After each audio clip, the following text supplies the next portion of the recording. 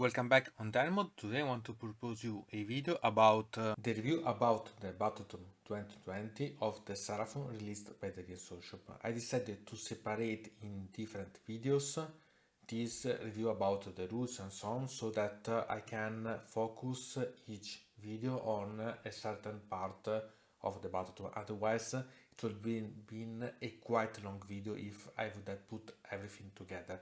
So now we can go to see the part about the Artefacts of Power that are for the Slan, and we have 6 for the Slans. We have 3 Artifacts of Power for the Saurus and 3 Artifacts of Power for the Shinx. So now we can start to see how they are. About the Slan, the first one is Zoetic Deal, that after the setup is complete but before the battle begins, make you secretly record the number of a battle round, and at the start of that battle round reveal the information and heal all wounds allocated to the bearer. In addition, during that battle round you can reroll several for attacks that target that bearer. It's not bad because it can be, I think, based on the army that you are going to go against, you can about predict the turn that you need such thing. But not being able to control so accurately, I think that I do not suggest it so greatly about this artifact. But it's something that maybe on a second or first run that maybe you send in some front so on, I think that it can be interesting, but it's not the main one that I suggest for this run. The second one is quite interesting. It can be assimilated to the dispersion scroll that it was in the old fantasy. In fact, it lets you once per battle to automatically unbind one spell cast by enemy wizard within 15 inch of the wizard, or automatically dispel one endless spells within 15 inch of the bearer.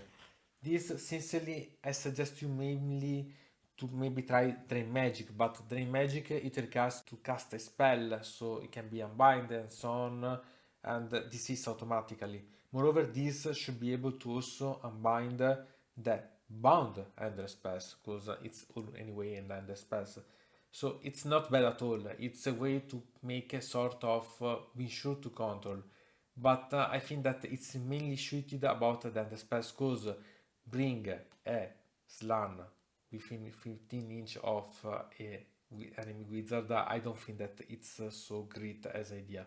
But anyway, it's something that you can take note. Anyway, it can control at least one endless spell, so it's not bad. The third artifact about this run I suggest you to forget about, because it's only once per battle and it's not bad, but the range is 12 inch, so it's not so great.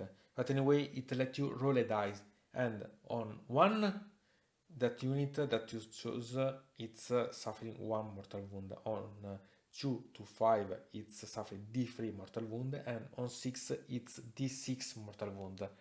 Sincerely, I don't find it so great. I prefer to use my artifact for something much better. And then we have Itsuki Grabs, that it's at the start of each hero phase. You can heal 1 wound allocated to the bearer, and in addition, in your hero phase you can reroll 1 casting or dispelling roll for the bearer, and in enemy hero phase you can reroll 1 unbinding roll for the bearer. Yet only the first part it was perfect.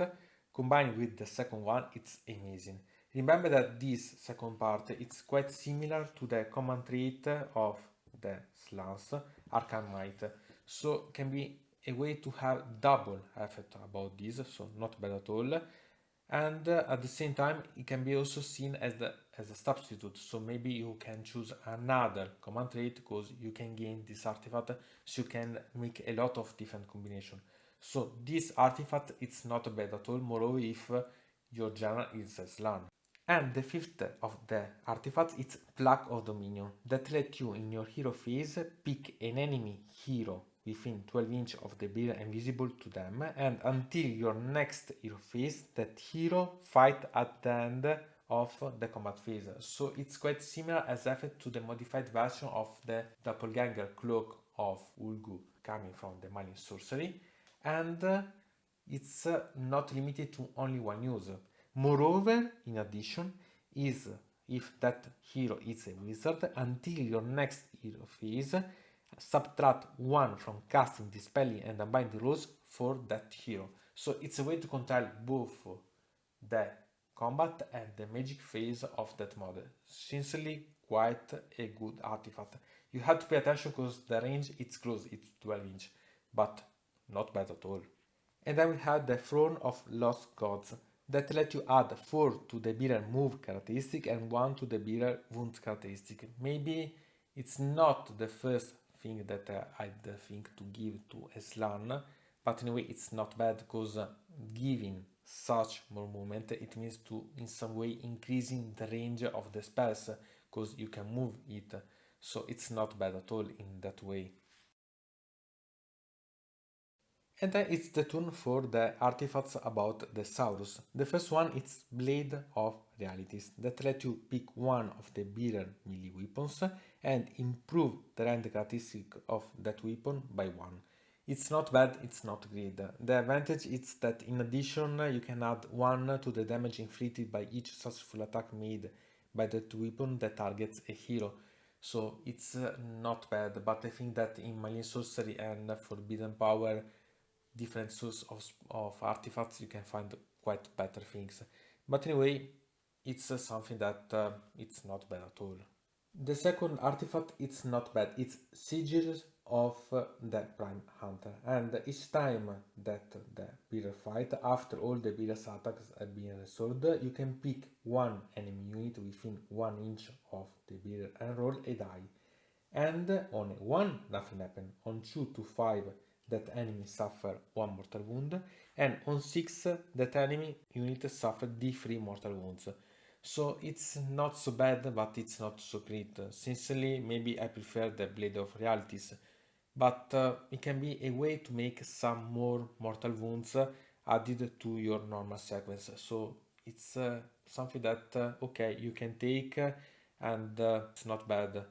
And the third one can be quite interesting because it's Blood Rage Pendant, because it adds 1 to the attack characteristic of the bearer's melee weapons all once if the number of wounds allocated to the bearer is equal or greater than half of the bearer wound characteristic. So if the bearer has half or less wounds remaining, it's something that you can apply so only if your model is wounded. So it's not bad, it's not good because it can let you have a lot of attacks more, but the problem is that you have to be wounded, so it doesn't apply only in the next part of the combat and so on. So I don't think that it's so quite amazing, but it's not bad, so it's a mix. It depends a lot by the situation in which you are.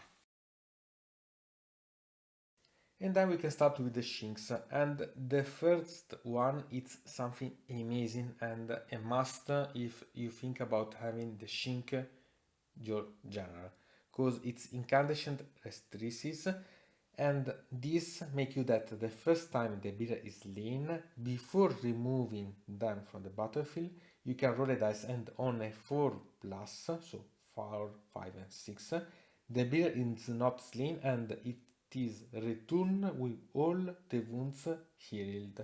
So it's quite amazing because you can make it come back, and so it's simply good. It doesn't specify where you have to make it coming back, but I think that it stay on the site that where it was. It's really quite a good way to save your genre or eventually an important model. So this is something that you should consider about your genre because it can save a lot of options. And then we have the second one for the Shinx that it's a classic for the Shinx themselves. It's Cloak of Evils. And it's even better than usual because it lets you subtract 1 from hit rolls for attacks that target the bearers, and it means that it applies both to the close combat and shooting, so it's really quite interesting. And in addition add 4 to the bearer move characteristic, and the bearer can fly. So not bad at all because it can save a lot of attacks reducing the option that it can suffer those attacks, and it can also combine with other things, so not bad at all, sincerely, because if the hero is near the unit, he can make suffer a malus of 2 with this to the shooting. Not bad at all. Sincerely, I suggest you this one to save all your mage or so on. Maybe it can even compare with the first of the artifacts for the Shinx, that it's the incantation directrices. So think about this. And the third of the artifacts for the Shinx is Sacred Stegadon Helm, that let you add 1 to the save rolls for attacks that target the bearer, and in addition add 1 to the damage characteristic of melee weapon used by the bearer if they make a charge move in the same turn. So it's perfect for the Shinx, hero Shinx that goes to combat. It's not bad at all, and it can be combined quite usefully with the Shin command trait Nimble, but in that way I suggest you to pay attention, because you are going to send your general in close combat and it's a Shinx, so it's not a great idea. Anyway, all the artifacts that we have seen are not bad at all about the Shinx ones. So about the artifacts, I think that they are really quite interesting. Not all of them I think that are quite amazing, but they are useful. Remember that you have also access to the Malign Sorcery and the Forbidden Power ones, and remember that mainly you go to have a lot of artifacts available, because you will go to play for sure the War Battalions of the Seraphon, because they are really quite useful. And also think that you have the access to the constellation that block the first of the artifacts, so think that you'll have also that one to consider. So base your strategy also based on how you are going to play. Anyway, I want to remind you that in the description there is the playlist with all the videos related about this Battletome 2020, so I invite you to go to see them. Anyway, from Dino Mode it's everything. I invite you to put a like on this video, to subscribe to the channel, to ring the bell, and to comment this video if you are interested in something about this video, or you want to suggest me some arguments for other videos. I hope to see you again to the next time.